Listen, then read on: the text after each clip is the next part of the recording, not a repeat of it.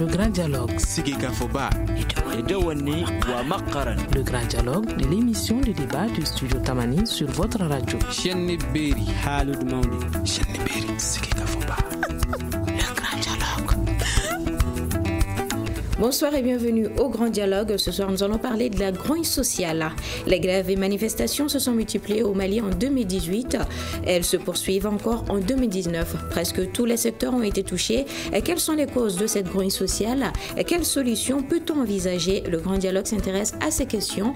Nos invités sur ce plateau, Maître Aguibou Boiré, commissaire des droits de l'homme, Mohamed Aïdara, sociologue, Sbeti Ag Akado, membre de la société civile. Nos tentatives pour compter les responsables de l'UNTM et du ministère du Travail parmi nos invités sont restés vaines. Je suis Fatma Tatogola. Le grand dialogue. La non-satisfaction des doléances du syndicat auprès du gouvernement a créé une cessation de travail temporaire la semaine dernière. Nous ouvrons les débats avec vous, Monsieur Boiré. Quelles leçons faut-il tirer de ce mouvement qui a paralysé le pays pendant 3 jours?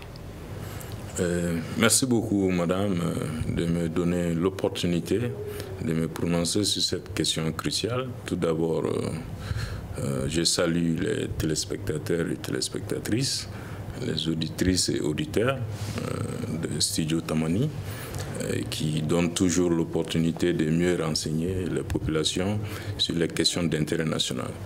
Je pense que 3 jours de cessation de travail, c'est très grave pour un pays. C'est très lourd de conséquences. Surtout, il s'agit d'une grève générale. Une grève générale d'une centrale vraiment très importante au Mali. Donc, les enseignements à tirer, c'est surtout au niveau du gouvernement. Il faudrait bien que le gouvernement change sa stratégie par rapport à ses rapports avec les organisations syndicales. Si je parle de changement de stratégie, il faudrait bien qu'on mette l'accent sur la nécessité du dialogue social. Dialogue social, pas que de nom, un vrai dialogue social sincère et de bonne foi. Moi, je pense que ça, c'est très important dans l'approche des questions qui relèvent vraiment de l'ordre syndical. D'accord. Voilà. Et vous, M. Aïdara, M. Barré nous parle de dialogue social. Qu'en dites-vous? Merci, madame, de m'accorder l'opportunité pour me prononcer sur cette question. Bien, le dialogue social, c'est très important. Et je vais ajouter à ce que M. Boiré dit. Il faut que désormais, qu'on prenne quand même au sérieux, c'est-à-dire les mouvements sociaux. Ce n'est pas qu'un seul syndicat. On voit qu'il y a une série de grèves qui se succèdent pendant ces dernières années. Donc, ils deviennent récurrentes. Ces grèves-là, elles sont récurrentes et on ne sait pas pourquoi. Tantôt, quand on demande les dirigeants des mouvements sociaux, c'est de la part du gouvernement. Et quand on interroge les membres du gouvernement également, ils pensent que c'est par suite d'exigences qu'on ne peut pas satisfaire. Donc, je pense qu'il faut être ouvert à un dialogue aussi national, c'est-à-dire franc et puis sincère. D'accord.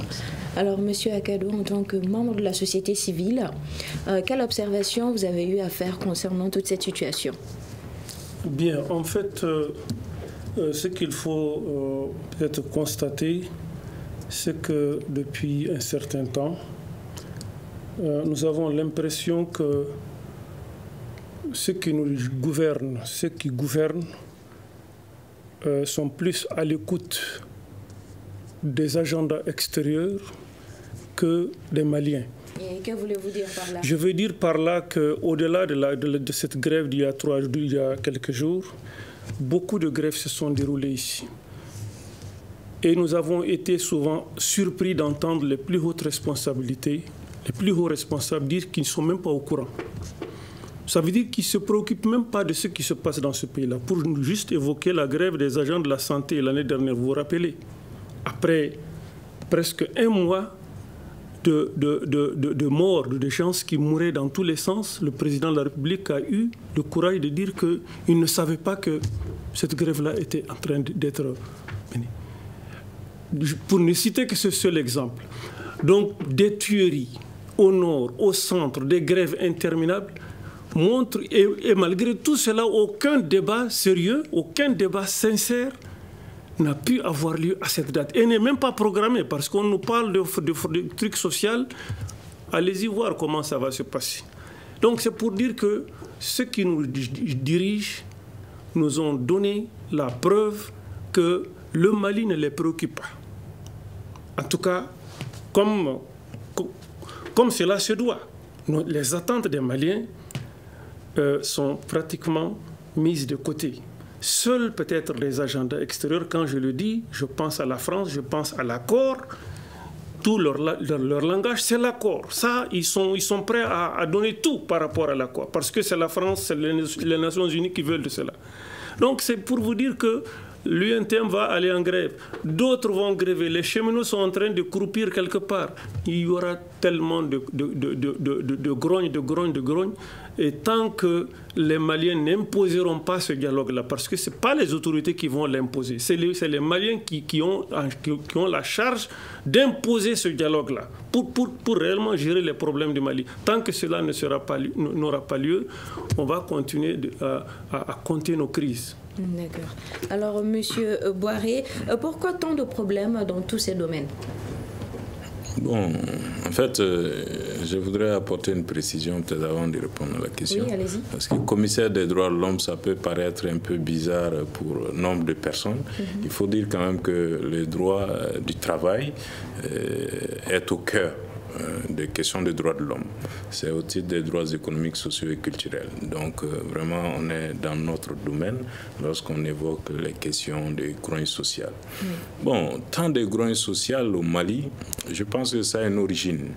Et nous, on l'a toujours dit, il faut prévenir les crises, il faut anticiper les crises. Il ne faut pas attendre que les gens en viennent à la pression ou au dépôt de préavis de grève pour s'occuper d'eux. Et comment faire cela? C'est très simple. Il faut instituer un cadre permanent de dialogue avec toutes les organisations de la société civile, spécifiquement avec les syndicats. Moi, je pense que dans ces cadres-là, dans un tel forum, on peut gérer beaucoup de problèmes, on peut anticiper beaucoup de problèmes. Parce que lorsque les syndicalistes ont l'impression d'être méprisés, il faut qu'ils en viennent vraiment à la méthode forte, à des dépôts de préavis de grève, pour que les gens acceptent de s'asseoir autour de la table de négociation. Ça devient problématique. Alors que tous ces problèmes, on peut les gérer quand on est animé de bonne foi, en instituant un cadre permanent de dialogue social. Et puis, il faut former les gens du gouvernement, et puis les employeurs sur les questions de ces genres. Parce que beaucoup pensent que les syndicalistes, c'est des empêcheurs de tourner en rond, c'est des bras cassés, c'est des gens qui n'aiment pas travailler. C'est une question de rôle. Chacun est dans son rôle. C'est des cadres, c'est des salariés de ces pays. Ils peuvent se retrouver de l'autre côté à un certain moment de leur carrière aussi. Donc il faut que les partenaires se respectent. Il faut sortir du mépris. Donc ça peut permettre de résoudre beaucoup de problèmes. Mais au point où nous en sommes actuellement, est-ce qu'on peut parler de cela? Ah oui, on peut parler de cela parce que, nous, on peut le dire. Si je prends l'exemple précis de la grève qui vient de passer, il y a eu tellement de tentatives pour diviser les syndicalistes et pour saboter la grève. Ce n'est pas la solution, c'est la périphérie. Il faut s'attaquer au problème. C'est des revendications qui sont posées. L'État, s'il n'a pas les moyens de tout satisfaire, le dit clairement avec des arguments à l'appui. Mais il ne sert à rien de tourner pour essayer de diviser les gens, fragiliser les organisations. Ça va toujours rattraper. Donc ça, c'est ce que j'appelle une fuite en avant. Ce n'est pas nécessaire. Il faut changer de stratégie. D'accord. Voilà. Et votre réaction, M. Aïdara? Concernant les causes, oui. Les causes sont nombreuses. Il y a l'environnement international. Vous avez les causes socio-économiques. Si nous prenons du point de vue économique, c'est ce qui est visible. Après, je vais venir au niveau sociologique. Donc, vous voyez la cherté de la vie. C'est quelque chose qui devient international parce qu'on voit un peu ces grognes sociales un peu partout dans le monde. Et la réclamation principale, c'est quoi? C'est que la vie est chère. Donc ça, c'est le niveau économique. Concernant le Mali, donc vous savez qu'au niveau social, c'est-à-dire à niveau de formation égale, la plupart des gens ou sinon tout le monde, réclame des conditions socio-économiques similaires. Ça, c'est normal, c'est une question de justice. Alors, donc, on voit que dans le traitement des différents agents et des différentes fonctions, il y a quand même quelques frustrations qu'on remarque, ce qui explique les différents mouvements, notamment au niveau de l'éducation, de la santé, etc., etc.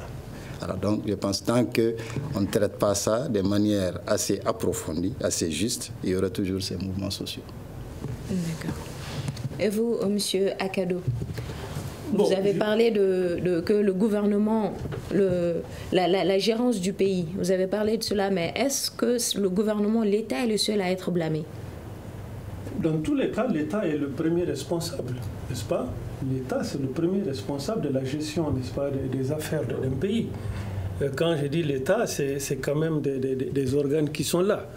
Et malheureusement, je rappelle que la crise dans laquelle on est plongé depuis 2012, tellement d'ateliers, de conférences, de débats ont évoqué la mauvaise gouvernance, n'est-ce pas? Tout le monde s'est accordé à dire que c'est la mauvaise gouvernance. Et à ce jour, on est en 2019, est-ce que la gouvernance a évolué de façon positive? Je dirais non. Je dirais non. Et c'est pourquoi vous voyez un cumul de crises. C'est parce que la gouvernance continue, n'est-ce pas, de dévier. Aujourd'hui, les Maliens sont dans une situation où c'est quelque part normal que ceux qui sont au pouvoir placent les gens qu'ils veulent à des postes. Ce n'est même plus, ça n'étonne personne aujourd'hui. C'est devenu la règle. À tel point que si vous faites des petites enquêtes autour, n'est-ce pas, des principaux responsables, en tout cas de la vie de ce pays-là, vous verrez que dans la plupart des cas, ce sont des gens qui ont des pantalons troués. Pour ne pas abuser, ce sont des gens qui portent, n'est-ce pas, qui ont des dossiers sales, qui ont des casiers judiciaires sales, que ce soit au niveau des députés, que ce soit au niveau des ministres, que ce soit au niveau, en tout cas, beaucoup de responsables, quelque part, sont vraiment des gens de moralité douteuse. Et c'est ce qui crée les frustrations dont on parlait, n'est-ce pas, les jeunes tout de suite. C'est que quelque part, le gouvernement ne fait aucun effort, au contraire, il augmente les plaies. Et les frustrations, les injustices, pour parler d'injustice, je ne peux pas occulter le fait que les Maliens ont l'impression aujourd'hui que ce sont ceux qui font plus de mal qui sont récompensés. Pour faire allusion tout simplement au cas, n'est-ce pas, des séparatistes de la rébellion du Nord, qui sont couchés dans les hôtels aujourd'hui, ils sont bien traités. Les Maliens les voient et ça attise les tensions sociales. De savoir que ceux qui travaillent ne sont pas récompensés pendant que ceux qui font du mal sont dans l'aisance. Ça, l'UNTM ne peut pas ne pas voir ça, les jeunes ne peuvent pas ne peuvent pas voir cela, etc., etc. Tous les Maliens sont atteints de cette maladie-là. Alors, Monsieur Boiré, êtes-vous du même avis quand on parle de mauvaise gérance? Bon, effectivement, la gouvernance est en cause, parce que, comme l'a dit le sociologue, l'origine de toutes ces frustrations, c'est l'injustice. C'est la non-récompense du mérite. Parce que de plus en plus, on voit les gens propulsés au sommet sans aucun mérite. Pendant que les plus méritants sont en train de trimer en bas. Donc, c'est des situations qui peuvent vraiment créer des frustrations énormes. Et lorsque ces frustrations se cumulent, le jour où ça explose, ça donne des situations de grogne sociale. Donc la gouvernance est à revoir de ce point de vue. Il faut vraiment récompenser les mérites et encourager l'excellence. Et vraiment, comme l'a dit le doyen, il ne faut pas donner une prime à la rébellion. Quand les gens prennent des armes pour réclamer des choses, on voit qu'ils les obtiennent. Et d'autres qui triment sous le soleil, à la sueur de leur front, ils n'ont rien. Et donc, quel impact cela peut-il avoir sur le pays? Eh bien, que Dieu nous en garde. Ça peut avoir des conséquences vraiment très très lourdes. parce que c'est tout le système qui est attaqué. Oui. Donc, Dieu nous préserve, en cas d'explosion, nul ne sait à quoi ça peut aboutir. Donc, on a vraiment intérêt à prendre le problème à bras le corps, à ne pas banaliser les choses, à ne pas aller dans la fuite en avant. Voilà. Oui, M. Agado. Juste 30 secondes pour dire que les conséquences, c'est pratiquement une implosion sociale. Vous voyez, juste un exemple pour dire qu'on est à 36 000 combattants dans le Nord qu'on doit dédommager, je ne sais pas, réinsérer. L'autre jour, les autorités se déplacent à Mopti. Là aussi, on parle de DDR. Ça veut dire que prenez les armes, vous êtes employés. Et Dieu seul sait combien de milliers vont postuler, n'est-ce pas, au DDR de Mopti. Si dans le Nord, tout le Nord ne fait que 1 million, quelques habitants, le centre fait plus de 4 millions. Alors attendez-vous à des milliers et des milliers de gens qui vont chercher des armes pour aller. Donc vous voyez, les autorités même encouragent cette volonté, n'est-ce pas, d'obtenir quelque chose par la violence. Et c'est grave. C'est pourquoi j'ai dit, est-ce que nos autorités ne sont pas en train de faire exprès pour amener ce pays-là dans une sorte de chaos généralisé? C'est trop fort, mais à l'analyse, il y a quelque chose à faire. Oui, M. Aidara. La gestion, la gouvernance, je pense qu'on doit améliorer la formation même des dirigeants. C'est une question qui se pose avec acuité. Parce que, comme vous le dites, des gens qui se trouvent au sommet comme ça, sans aucune référence, sans aucune expérience. Alors, la formation s'impose dans le leadership, dans les négociations, notamment entre employeurs et employés, dans l'attribution des primes, indemnités, émoluments, etc., etc., pour qu'on puisse quand même instaurer une société de méritocratie. Alors, vous voyez, c'est le problème principal du Mali aujourd'hui. Ce n'est pas un manque de cadres, nous en avons assez. Mais le mérite n'est pas récompensé. C'est ça le problème principal. Et tant que, et tous les sociologues du travail vont vous le dire, tous les spécialistes du travail vont vous le dire, lorsque le mérite n'est pas encouragé, alors donc vous allez voir que les cadres les plus méritants, dans le meilleur des cas, vont cesser de coopérer correctement. Dans le pire des cas, vont jouer contre. Alors, donc ça peut amener une implosion sociale, un problème de solidarité sociale et un problème de gouvernance à l'échelle globale. Alors, donc je pense que le problème de formation est récurrent. D'accord. Alors, oui, vous voulez réagir? En fait, j'ai pris la parole là, juste pour compléter. Donc, c'est sur le même sujet. En fait, il faut absolument faire beaucoup attention. Il faut faire attention à ces pratiques qui font que on néglige certains aspects de la gestion d'un pays. Je prends juste l'exemple que je connais le mieux, c'est ce qui est en train de se passer dans les régions du Nord. Imaginez que les préfets des régions du Nord, les autorités intérimaires, tout ce qui est en train d'être nommé dans le Nord aujourd'hui est décidé ici à Bamako par des personnes souvent qui ne connaissent rien du Nord, qui prennent les gens selon, n'est-ce pas, leur bon vouloir, et les autorités, le pouvoir est là, il ne fait rien pour n'est-ce pas, contrôler ou bien pour savoir est-ce que ceux qui sont en train d'être nommés méritent d'être là, ou bien est-ce que ce ne sont même pas des étrangers. Le pouvoir ne prend aucune précaution. Je vous le dis, c'est très grave. Donc dans ces conditions, imaginez ce que ça peut créer comme frustration chez les populations qui sont là, sur lesquelles on vient parachuter des dirigeants, des gens qu'elles ne connaissent même pas. Alors que les gens sont supposés avoir pris les armes pour, n'est-ce pas, comment dirais-je, améliorer la gestion de leur pays. Et l'État ferme les yeux sur des Libyens, des Algériens, des Tchadiens qu'on vient, on les nomme à la tête, n'est-ce pas, de nos autorités intérimaires dans le nord du pays. On laisse faire. Et c'est ça aussi, les germes, sinon le terreau sur lequel vraiment l'implosion sociale aura lieu bientôt. D'accord. Alors, Monsieur Boiré, oui, on entend, il y a eu tant de grèves, tant de manifestations, mais direz-vous que toutes ces revendications-là sont légitimes?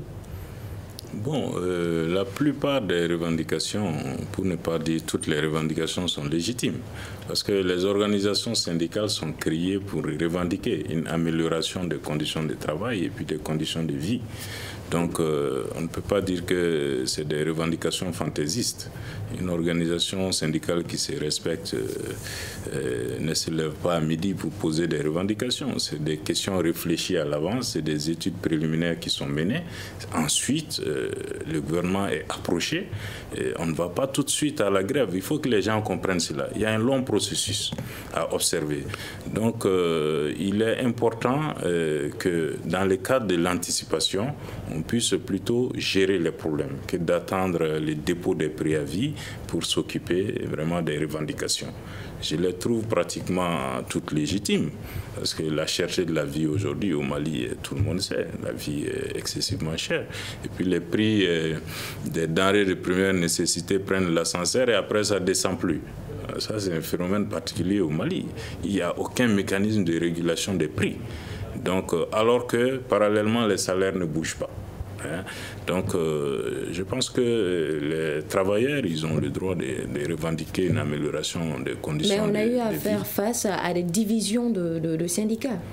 Oui, tout à fait. C'est ce que j'ai dit dans mon propos liminaire.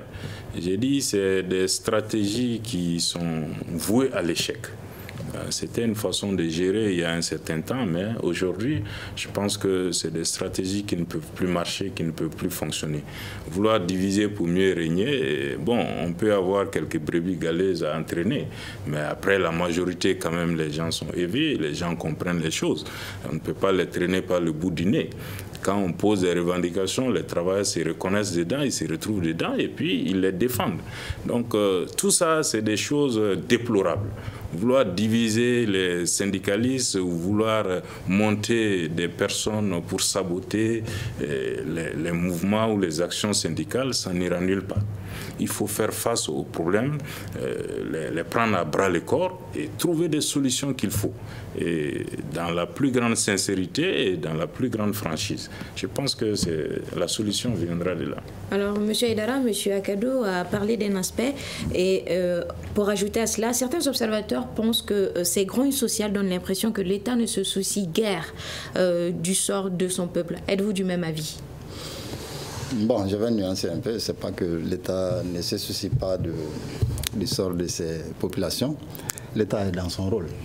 N'oubliez pas qu'on dit que l'État, c'est un léviathan. Les philosophes savent de quoi il s'agit. C'est un monstre froid qui n'a que des intérêts, il faut comprendre. Et l'intérêt de l'État, chaque fois, même le problème du syndicalisme pluriel, c'est normal sur la démocratie. Et toujours l'État va chercher à vous mettre dos à dos pour en tirer profit. Maintenant, c'est à vous de comprendre ce jeu et de ne pas entrer dans ce jeu et revendiquer l'amélioration des conditions de vie des travailleurs. Sinon, un État, ce n'est pas que l'État malien, c'est tous les États, ils sont comme ça. Bien, maintenant pour l'amélioration des conditions de vie des populations, il y a un problème qui est général au Mali.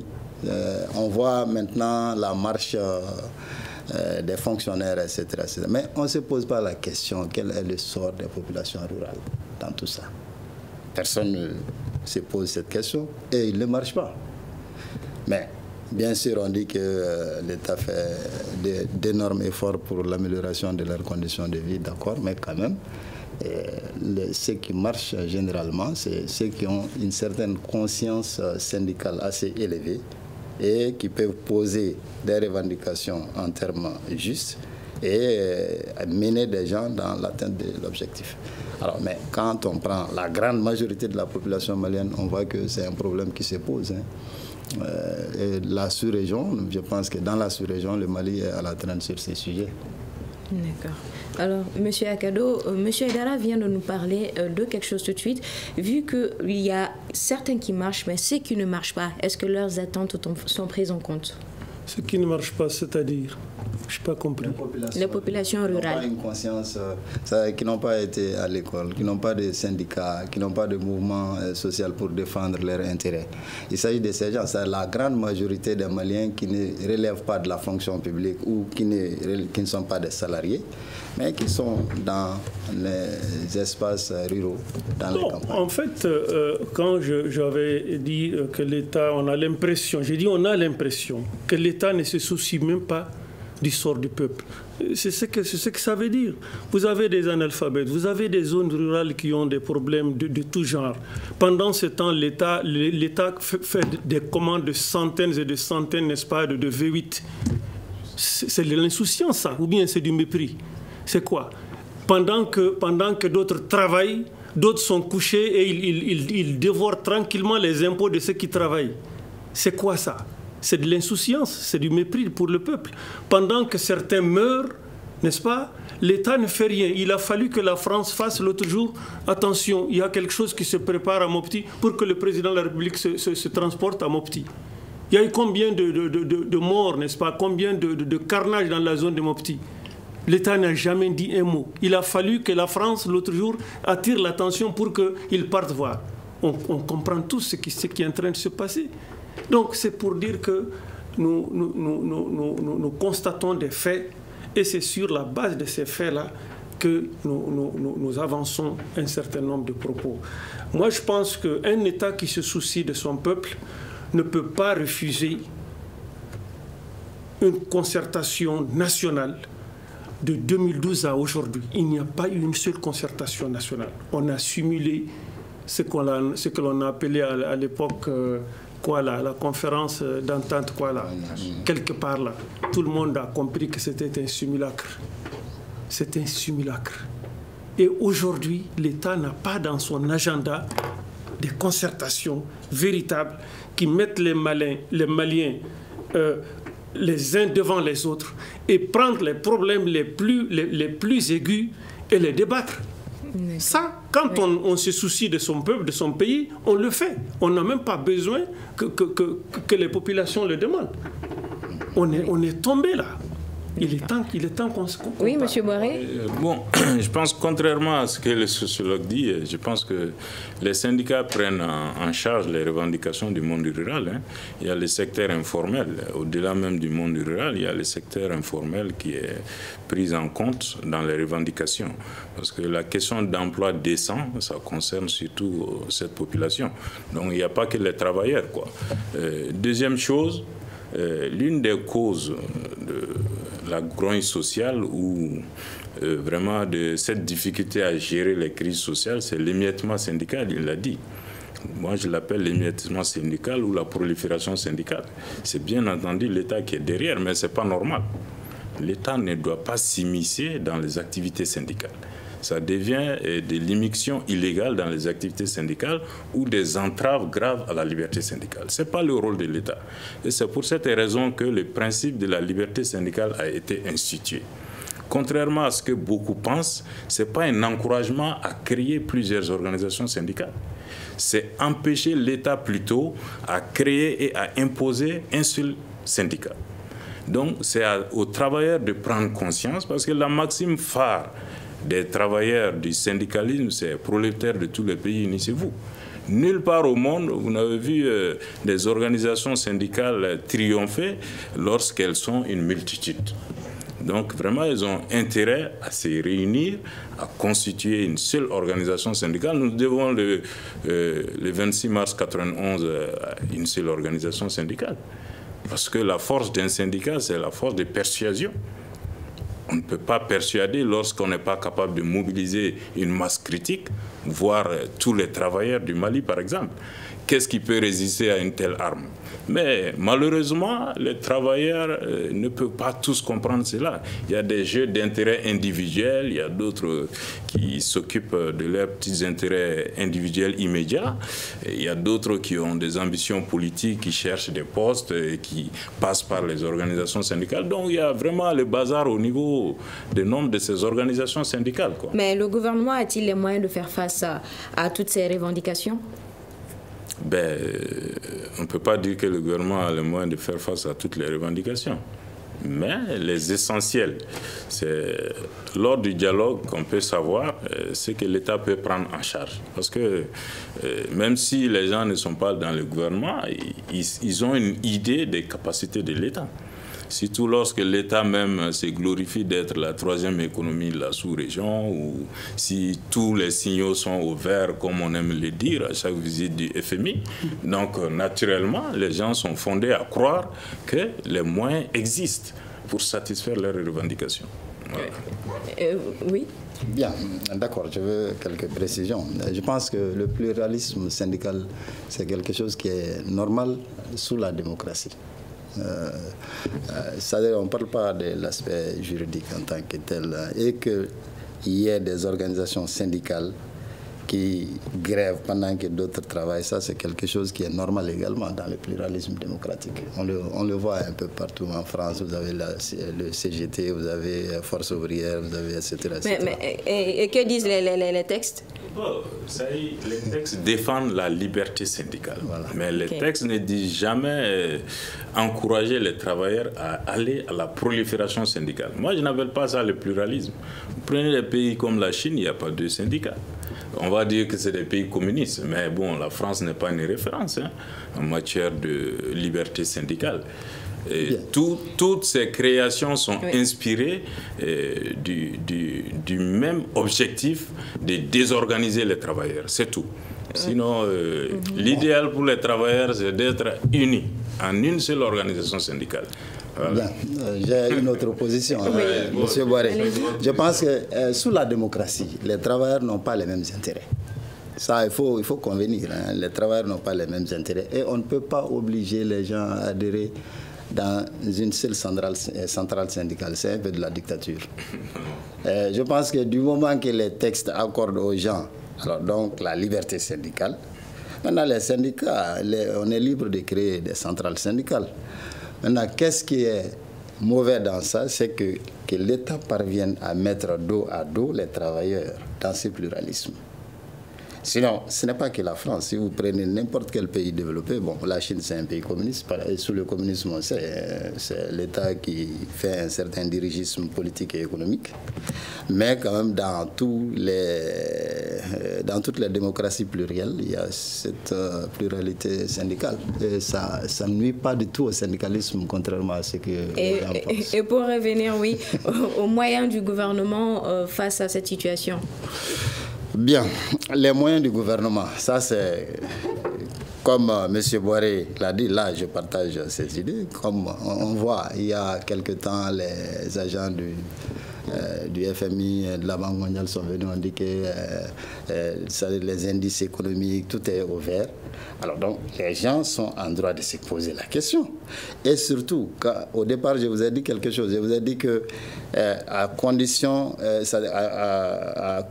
économique égale, on revendique à peu près les mêmes choses, aussi bien du point de vue consommation que du point de vue d'accès à d'autres ressources.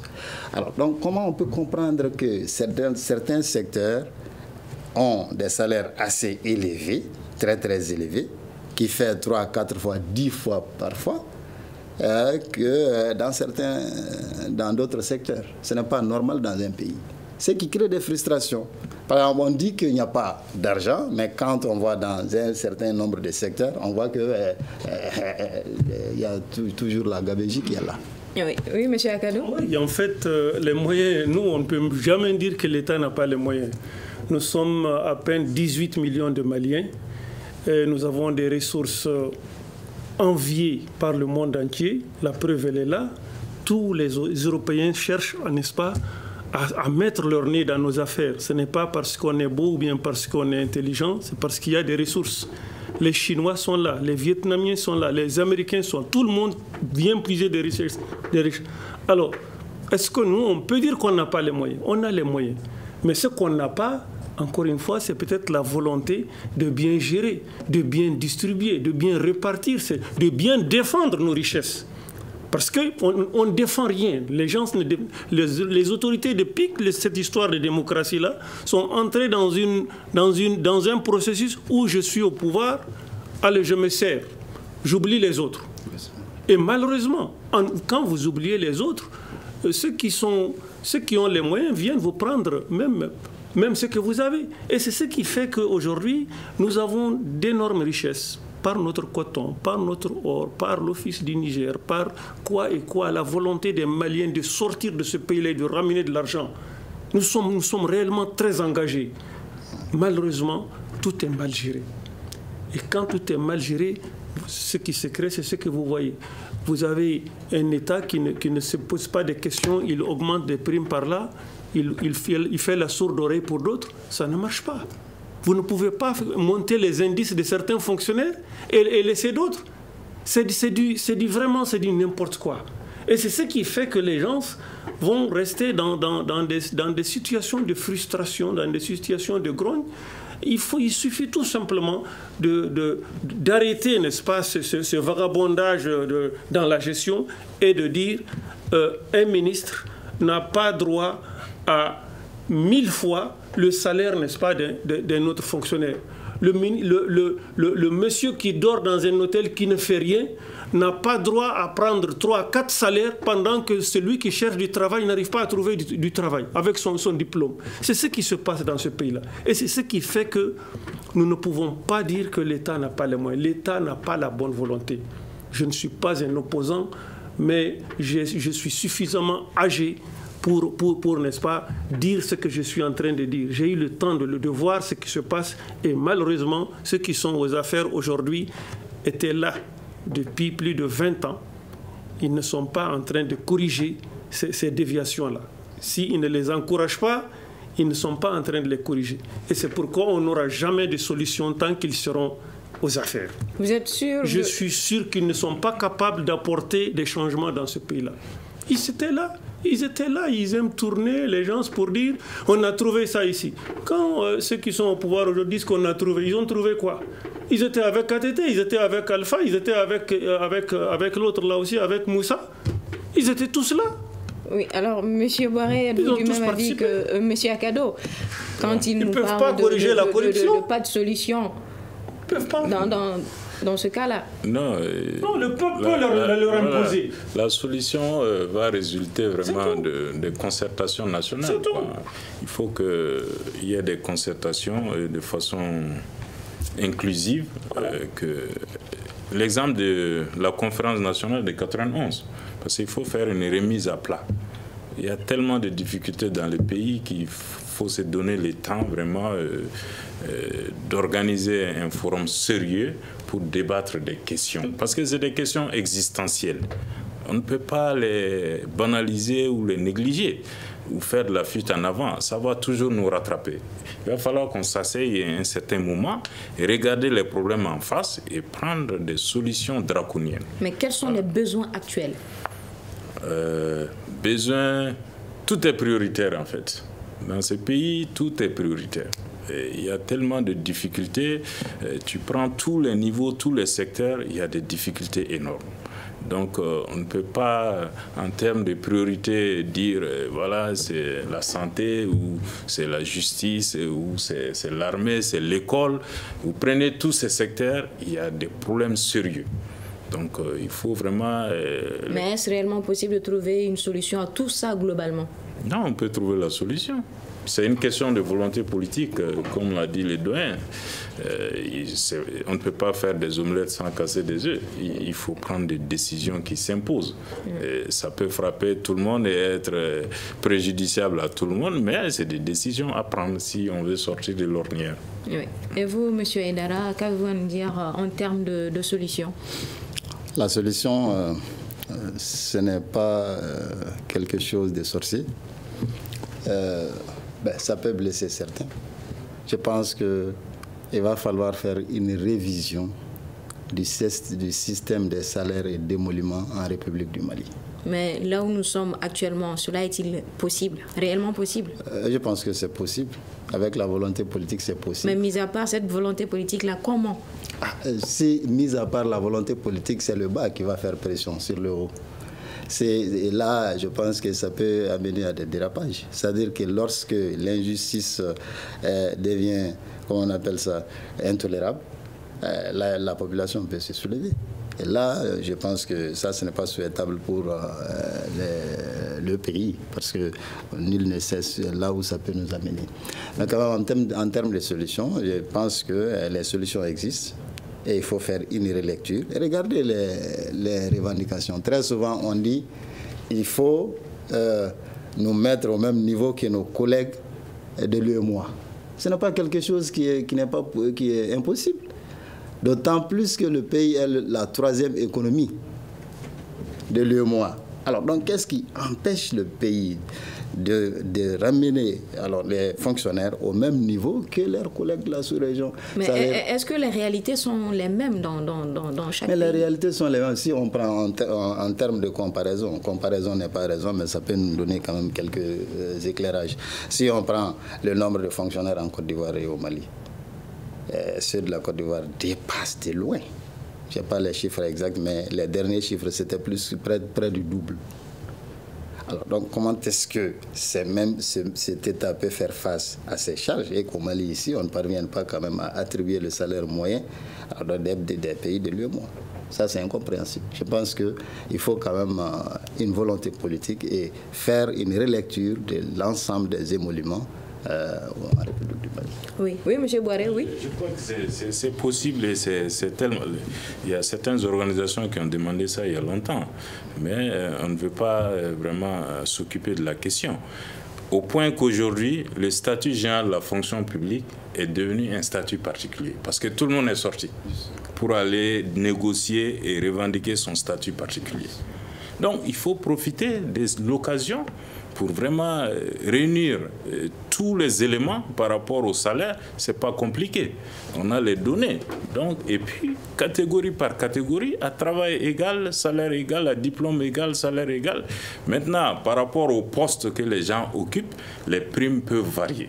Et je pense que j'ai cru lire ça dans les revendications de l'UNTM. C'est un des points. Ça permet de corriger des injustices. Parce que tant qu'on ne s'attaquera pas aux injustices, il y aura toujours des groins sociaux. Il y a un autre problème par rapport à la question... Mais d'autres pays font face à des injustices, mais ils ne sont pas constamment, ils ne sont pas face à ces groins sociaux-là. Comment?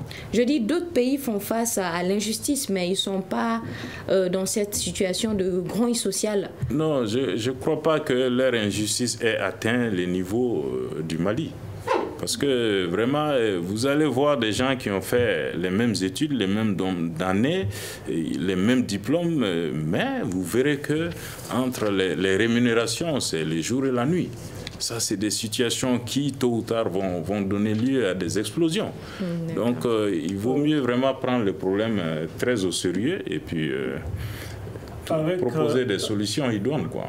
Oui, M. Akado. Avec votre permission, oui. Laissez-moi vous dire que nous sommes dans une situation où le régime en place, nous n'avons jamais connu un régime aussi inféodé aux ordres de l'extérieur, plus que ce régime-là. Et tant que ce régime ne cessera pas, ne diminuera pas en tout cas d'appliquer les agendas de l'extérieur, on ne s'en sortira pas.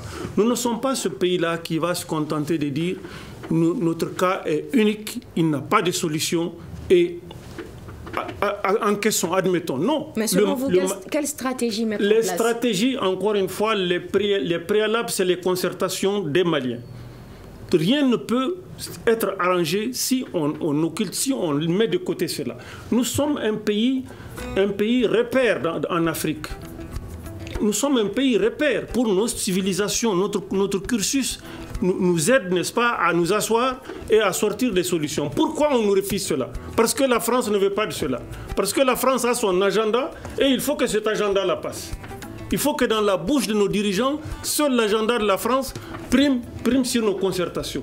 Tant qu'on ne va pas, tant qu'on va accepter cela, on ne s'en sortira pas. Et pour s'en sortir, il faut qu'on brise, n'est-ce pas, cet ordre de la France-là qui veut que c'est son agenda qui va passer avant l'agenda des Maliens. Et ça, encore une fois, les syndicalistes, le pouvoir, les religieux, tout le monde doit se mettre à ça. Si on s'assoit, on va trouver des formules, on va trouver des solutions, inévitablement. On est suffisamment riche pour bien partager la justice, pour bien partager les biens de ce pays-là. Si on ne le fait pas parce qu'on veut orienter tous nos efforts vers l'achat de ce que la France a comme véhicule, de ce que la France a comme arme, de ce que la France veut faire de nous, on ne s'en sortira pas. D'accord, et malheureusement, on est rattrapé par le temps. Et cela me fait à ce débat sur la grange sociale. Un grand merci à nos invités, Maître Agibou Bouaré, commissaire des droits de l'homme, Mohamed Aïdara, sociologue, Speiti Ag Akado de la société civile. Je tenais à vous rappeler que nos tentatives pour compter les responsables de l'UNTM et du ministère du Travail parmi nos invités sont restées vaines. C'était une présentation de Fatmata Togola, la mise en nom de Sedundaou. La régie est assurée par Peting Diarra. C'est une réalisation et une coordination de la rédaction en chef de Studio Tamani. Merci beaucoup. Le Grand Dialogue de l'émission de débat du Studio Tamani sur votre radio.